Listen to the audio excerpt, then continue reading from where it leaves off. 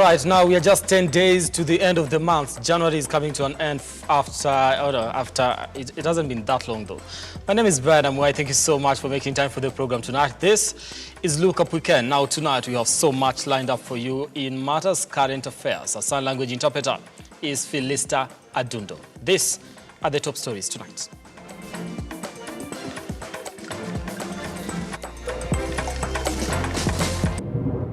Tonight on Lookup Weekend. Lakini storybooks hazipatikani vile, zimeisha. Kwa bei kali sana. Vitu kama hizi zingine kama sasa hizi vitu tunaitishwa kwa mzazi pia inakuwa ni mpigo. Last minute back to school rush as parents and guardians prepare learners ahead of Monday opening day.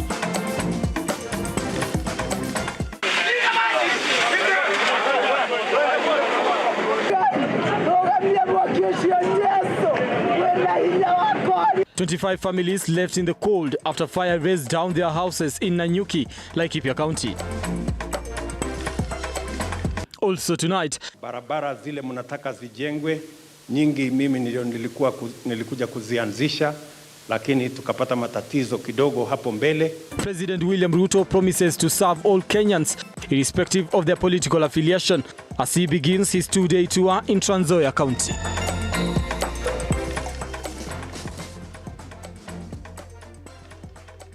Now remember, you can be part of the program tonight by engaging us on our socials. That is at Amwai Brian on Twitter, at Lookuptv. The hashtag to use tonight is Lookup Weekend. We are also live on Facebook and on YouTube. Do send us your feedback on through our social handles, and we'll be able to sample some of it as we continue with the program tonight. Now, let's start. With just a day to go before schools reopening on Monday, parents are rushing against time to acquire the necessary requirements for their children. Now, parents are now complaining of the pressure that comes with a new term and the competency-based curriculum, which is heavy on their pockets. Cecilia Lubanga now reports. The holiday is finally over, and now the back-to-school pressure is on. Parents accompanied by their children flocked bookshops and uniform stores ahead of schools reopening on Monday. In some places, they had to queue for hours to purchase merchandise for school. The new school term has piled pressure on parents with the huge expenses and a curriculum that demands a lot of resources. Napatikana, lakini storybooks hazipatikani vile, zimeisha. Kwa bei kali sana. Vitu kama hizi zingine kama sasa hizi vitu tunaitishwa kwa mzazi pia inakuwa ni mpigo. Unaitishwa vitabu na vitu mingi sana hizi wanataka za CBC, sijui leo umeitishwa material. So imekuwa expensive kiasi. Meanwhile, retail stores selling school supplies have recorded low sales as parents are still trying to source money for school needs in the run-up to the opening date. Wazazi bado wamekuwa kuna majukumu mingi, tena wanaingia late. So imebidi yani to advance bado. Siku hizi si kujikavia. Kama venye bado walikuwa nakava na kasuku, wanakava na unga hii nini ya ugali, ile ya nini ya pembe. Sasa hizi tume-upgrade. Sasa hizi tunawakavia. All schools are expected to resume on Monday. Cecilia Lubanga, Lookup TV. Now, Lavender Award from Uasin Gishu High School defied all odds and scored A plane in the released KCSE results despite doing her biology exams while admitted in hospital. Here is her story of triumph in the national exam while battling sickle cell anemia. A day after Education CS Ezekiel Machogu officially announced the 2022 KCSE examination results, parents, students and teachers across the country continue to celebrate the outcome. Lavender Awar's case from Uasin Gishu County School is evident that life has no limits, as sickle cell anemia did not blur her vision in achieving good grades. Actually, I had expected for good grades, but siku expect ingefika A. Kwanza vile nilifanya exam nilikuwa msick, siku expect A, maybe A minor, but ni God. Her dream of studying medicine at Kenyatta University now seems to become a reality. And to go and explore more. Love tena Like, I just want to discover some more medicines. Maybe someday I can find a cure for sickle cell disease. Her parents cannot hide their happiness. My daughter, endelea. Mimi naona A inanuka kwa hii boma. Na hii A inanuka kwa shule ya UG. So, hayo yote usikuwa na wasiwasi. Hiyo ni hali ya maisha kama bado ungali huko dunia hii. Ugonjwa unakuja kwa njia mingi. Oletipis girls in Narok County cannot hide their joy after their school produced the best student in the county who scored an A plane in the just released examination results, with the school's principal Ololokula lauding the 245 candidates who sat for the exams and produced exemplary results. We managed to take more than 135 to the university. Girls qualified for university, and we are grateful for that. That is a high number, and especially from the marginalized counties, getting such number of girls transiting to the university is very encouraging. Riokindo High School from Kenyenya sub-county is celebrating last year's Form 4 results, despite grappling with massive congestion due to strained accommodation facilities. 2021 we had a mean of 7.44. So this year, last year's group, we had a positive deviation. We invested a lot. This is a class that was very disciplined. The celebrations are underway across the country as most parents have started preparing their children to join different universities in the country. Samia Dika, Lookup TV. Now, the much anticipated transition of first competency-based curriculum CBC group is days away. Now, the Ministry of Education has been working to ensure that everything is seamless to ensure proper transition. But all this has been a challenge for both parents and teachers as there was confusion on the rollout. We take a look at what JSS means and what is expected of you as a parent, student, and teacher. It is an education curriculum that elicited quite a debate ever since it was rolled out. The first batch of the curriculum recently sat for their exams and now need to transition. But as opposed to what had been proposed earlier, the grade 7 will now be domiciled in primary after the education task force that was formed by President William Ruto were around the country looking into the matter and recommendations on how to have it work best. Junior secondary school, also referred to as lower secondary, is the phase of learning between primary and senior secondary school, targeting learners in the age bracket of 12 to 14 years old. According to the task force report, this stage seeks to have learners exposed to a broad-based curriculum to enable them explore their abilities, personalities, interests and potential. All the learners are now expected to join junior secondary school, which falls under the middle school education level. The Ministry of Education confirmed last year that junior secondary will be domiciled in existing primary schools and that KIPSEA assessment won't be used to place learners in junior secondary. The resolution followed recommendations by a task force constituted by President William Ruto to evaluate the new system. The 49-member working party is chaired by renowned educationist and University of Nairobi lecturer Raphael Munavu. In its preliminary report submitted to the head of state in December last year, the committee recommended that grades 7, 8 and 9 be domiciled in the existing primary schools due to a lack of adequate infrastructure to accommodate the JSS learners in secondary schools. The task force has until March 2023 to submit its final report to President Ruto. CS Ezekiel Mashogu confirmed that the government has assessed 14,000 public primary schools and found that at least 13,000 of them are ready to admit JSS learners. Junior secondary school learners will be pursuing 14 subjects, out of which 12 subjects will be compulsory. In a new curriculum design, KICD indicated that the 14 subjects include English, Kiswahili, mathematics, integrated science, health education, pre-technical and pre-career, social studies, religious education, business studies, agriculture, life skills education, physical education and sports, and foreign languages. Optional subjects provided to learners include at least one and at most two subjects from the following: visual arts, performing arts, home science, computer science, foreign languages, which include German, French, Mandarin and Arabic, Kenya Sign Languages and indigenous languages. On matters uniform, learners transitioning to grade 7 will be required to wear a different color or type of uniform that will differentiate them from pupils in primary school. Mashogu said parents will have to bear the responsibility of buying uniforms for their children. According to the Education CS, other than the uniform cost, the government will cater for the tuition fees for all learners in JSS.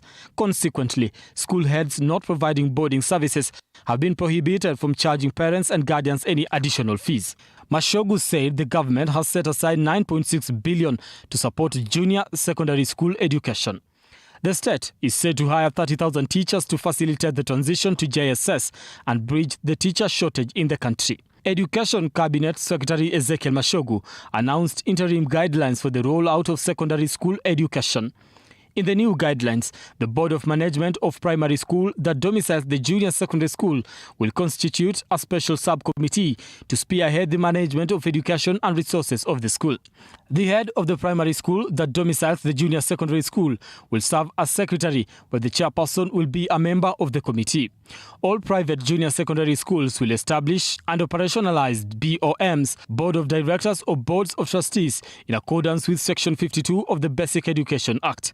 In addition, a public junior secondary school will be headed by the head teachers of the public primary school that domiciles it during the interim period of the transition ending December 30th, 2023. The CS said textbooks and hard copies of the grade 7 curriculum designs would be made available for all schools, and the Kenya National Examination Council will provide guidelines on the conduct of assessments in junior secondary schools. Further, the infrastructure and resources of existing primary schools will be utilized by the respective domicile junior secondary schools in the transition period of 1 year. The CS said comprehensive guidelines will be issued to schools in a circular to be released by the ministry next week. Brian Amwai, Lookuptv, Nairobi. Now, 25 families at Nanyuki's Majengo slums were rendered homeless after their houses were gutted down by fire. Now, the fire, whose cause is yet to be identified, brought down the wooden rentals adjacent to Majengo Chief's Camp.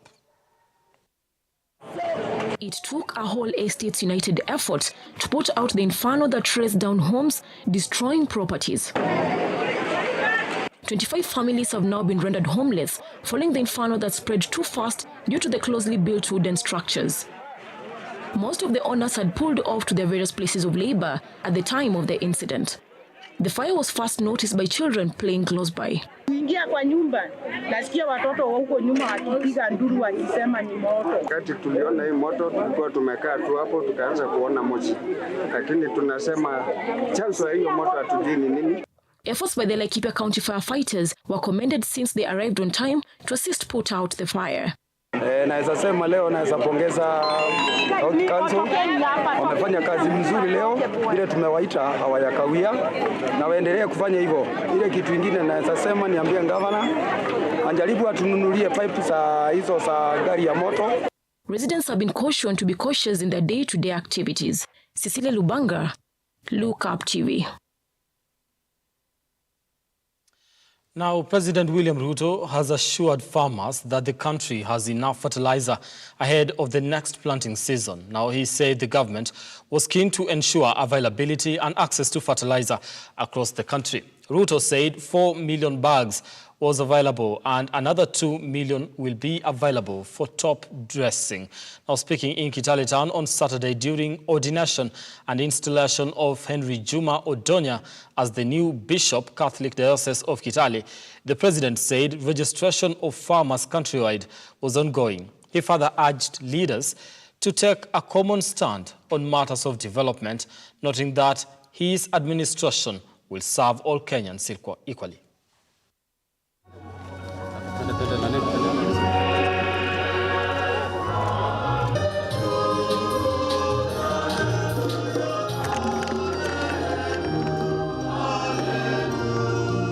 My good brother, natembea na viongozi wote wa Trans Nzoia.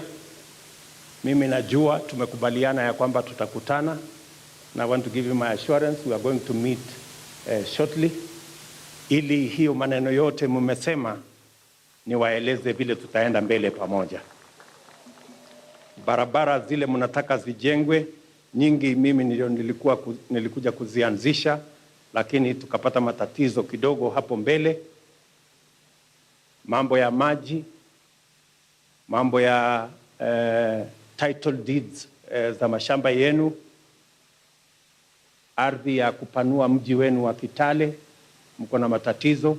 Tayari nishakubali ya kwamba ile prison iko hapa town tutahamisha,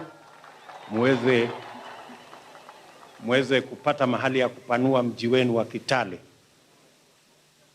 Na mambo yale mengine yote uliotaja, mambo ya Kitalale, title deeds ambazo tulianza hapo mbele ikakwama, hiyo kazi yote mimi naelewa. Tutaketi chini na nyinyi na tutakubaliana vile tutatekeleza. Hata ile hospitali, nataka nikwambie ndugu yangu Natembea, hiyo hospitali nitakwambia vile mtafanya kazi na CS wetu Madam Nakumicha hapa, ndio tukupatie ama tukupangie vile utakuwa na equipment ya hiyo hospitali. Nataka pia niwapongeze wananchi wa Trans Nzoia na niwashukuru. Najua nafasi hii ya leo ni nafasi ya askofu wetu, lakini hata na hivyo, kwa sababu nimefika hapa Trans Nzoia, wacha nichukue nafasi hii ya huyu ndugu askofu kuwashukuru wananchi wa Trans Nzoia. Tulikuja hapa kuomba kura zenu, mkatupatia, mkatuongezea maombi, tukawa na imani yenu. Nasema asante sana. Narudia kusema asante sana.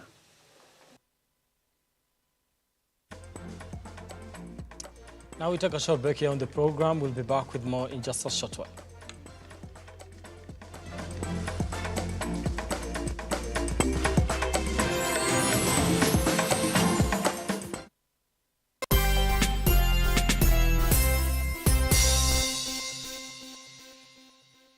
Vera Beauty and Fashion College is focused on being the leading technical and vocational training institute in the region.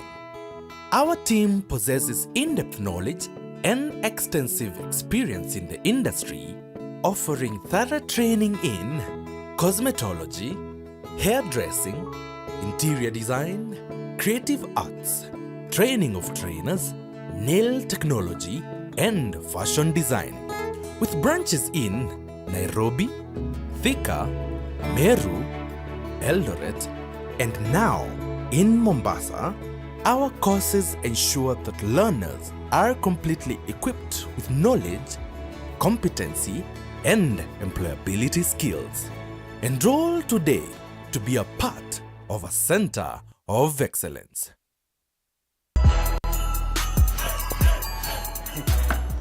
Sienda nayo huko ndani, unaacha hapo kwa luggage ndio uingie. Ni wacho kwa luggage namna gani nataka kutumia huko ndani? Nimekuja na hii gani ndio inatumika? Hii paketi ama hii kuchota? Kwani serious hii? Bwana wacheni mchezo bwana. Nini? Karibu customer. Hizi bidhaa unaziacha pale kwenye luggage ndipo sasa ufanye shopping kwa supermarket yetu. Kuchota ni kufanya shopping pekee. Ni kufanya shopping.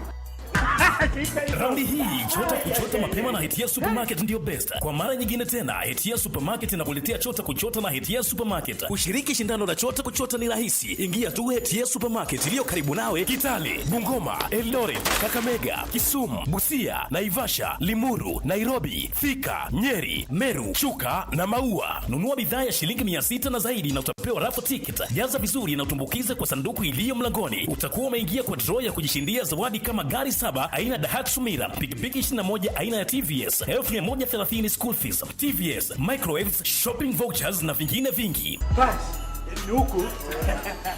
Saidia bibi. Chota imethaminiwa na Iwe Bacon, Savannah Juice Fruit Vial, My Choice Hand Wash, Zesta Choco Primo, Ketepa, Blue Band, Aramco, Oven Fresh Bread, Nivea, Silent Night Mattresses, Coca-Cola pamoja na Hisense. Shindano hili limeidhinishwa na BCLB permit number 002816. Sheria na masharti kutumika. Chota na Hetia Supermarket, na hii motokaa gari smart kabisa inaweza kuwa yako. Unangoja nini? Ingia, fanya shopping yako Hetia Supermarket, kuchote na hii kari, hii motokaa inaweza kuwa yako. Mtu anaweza pesa kwa buti. Hetia Supermarket, a world of choice. Looking for an institution to further your studies and wholesome growth in serene environment? Kenya Methodist University is your best choice. Join us for diploma, degree, master's and PhD programs in business and economics, education and social sciences, science and technology, medicine and health science. TVET courses are also available. KEMU is a university of many firsts. The first Kenyan private university to graduate medical doctors, the first Kenyan university to offer online and distance learning mode of study, and now online or blended learning. The first Kenyan university to offer accelerated trimester system of learning, and the first private university to offer TVET courses. Enroll now for January 2023 and May 2023 intakes. Kenya Methodist University. The future is here.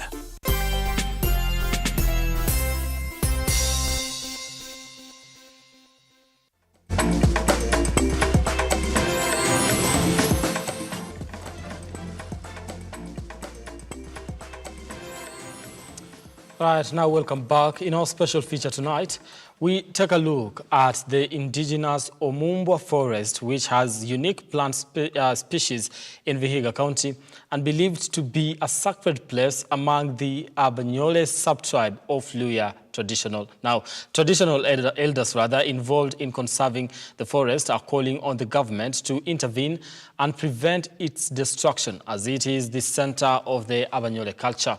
Samedika now reports. Located just a kilometer from Equator, cutting through Maseno at Emuli Esiandumba, is Omwamba Sacred Forest in Vihiga County. Villagers are forbidden from setting foot in the forest, lest they provoke the anger of gods and ancestors associated with the Abanyole subtribe of Luya. Located about 3 kilometers from Luanda Township, the indigenous forest has unique plant species locally known as Omusenjeli and Omurumba. The traditional elders involved in conserving the forest are led by Mzee Javan Hagai Omondi, 86 years of age. According to Mzee Omondi, warriors, chiefs and sons of the Abamuli clan who had made great accomplishments were buried there in a sitting position. Kama mtu amefariki mwenye alikuwa na cheo cha juu katika community, na alikuwa mtu wa heshima zake katika community, hakuwa kizikwa nyumbani. Angefariki akae kwake huko nyumbani karibu siku 5 hivi, kama bado wako kwa boma lake, lakini karibu siku ya 6-7 anabebwa analetwa hapa. A myth is also held of Omumbwa, a valiant, imperious and gruesome army commander of Abamuli military machine who achieved rare battlefield feats and is interred here. According to Omondi, the community has developed its conservation bylaws, which have received support from the Kenya Forest Service. Hapa iko shujaa ambaye anaitwa Omumbwa, ambaye alifanya mengi katika Abamuli, ambaye jina lake linajulikana katika community. Hako hapa, amekalishwa hapa, hakuzikwa, hakulazwa, alikalishwa na anaitwa shujaa Omumbwa. The 12 square kilometer of Omumbwa forest, which is helping the neighboring communities escape the adverse effects of climatic change, first faced its biggest threat in 1927 when colonial authorities hived off huge portions to pave way for the construction of the Luanda-Butere railway line. Huu mzitu ulikuwa unafika mpaka kiasi hapa mbele. Ilikuwa ni sehemu ya mzitu. Lakini huko nyuma kuna wenye mashamba tena waliharibu kidogo. Na hapa railway ndio ileta kuharibu ya hapa sasa. Unajua hii ni area railway reserve.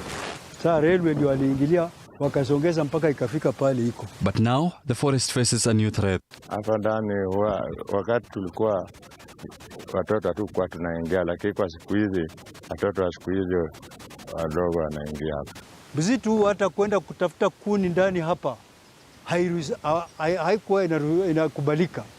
Ukienda uchukue kuni hapa wakati wa kutafuta kuni, watoto wanatafuta kuni ama mama, uende uchukue kuni hapa, ilikuwa mpaka mawe itaanguka, mvua ya mawe itanyesha.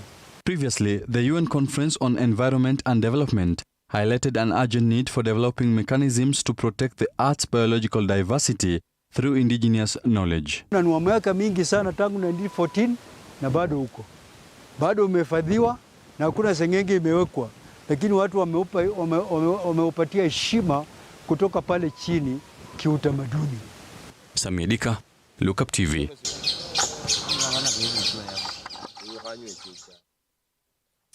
All right, now listen, I know I read that as Abanyole, but I'm just supposed to say Abanyole. And some of the names that are coming out of that are Abamuri clan and Esiandumba. Those are just some of the names. I come from that side, so I know. Away from that. Now, as the world marks Cervical Cancer Awareness Month, Kenyan women have been urged to undergo screening and increase the chances of beating the disease. Now, speaking at Texas Cancer Center, CEO Kathy Nyongesa has urged women to prioritize early screening as the cancer burden continues to ravage the world. Celebrating cervical cancer awareness. It is a day we create awareness about cervical cancer. We encourage women to go for screening and also talk to parents to take their children, especially the girl child, for HPV vaccination. Cervical cancer is a major public health care problem. Diagnosed with cervical cancer way back in April 2022. The journey has been rough and smooth. Let us not have that misconception that young women who are below the age of 45 can never get cervical cancer. Cervical cancer, anybody who is sexually active from the age of 20 to 49 can get it. So let us just come out in large numbers. Let the male partners support their female partners in walking this journey. Okay, when after the surgery of hysterectomy, I was told I will never give birth anymore. I thank God I have one son who is a very handsome and charming boy. I thank God for him. It is so painful. I'm a human being. I was told I will never give birth. But at the end of the day, we thank God because the monster cervical cancer is gone. It is treated. And the sweetest part of life is when you are healthy, when you're active, and you have loving friends.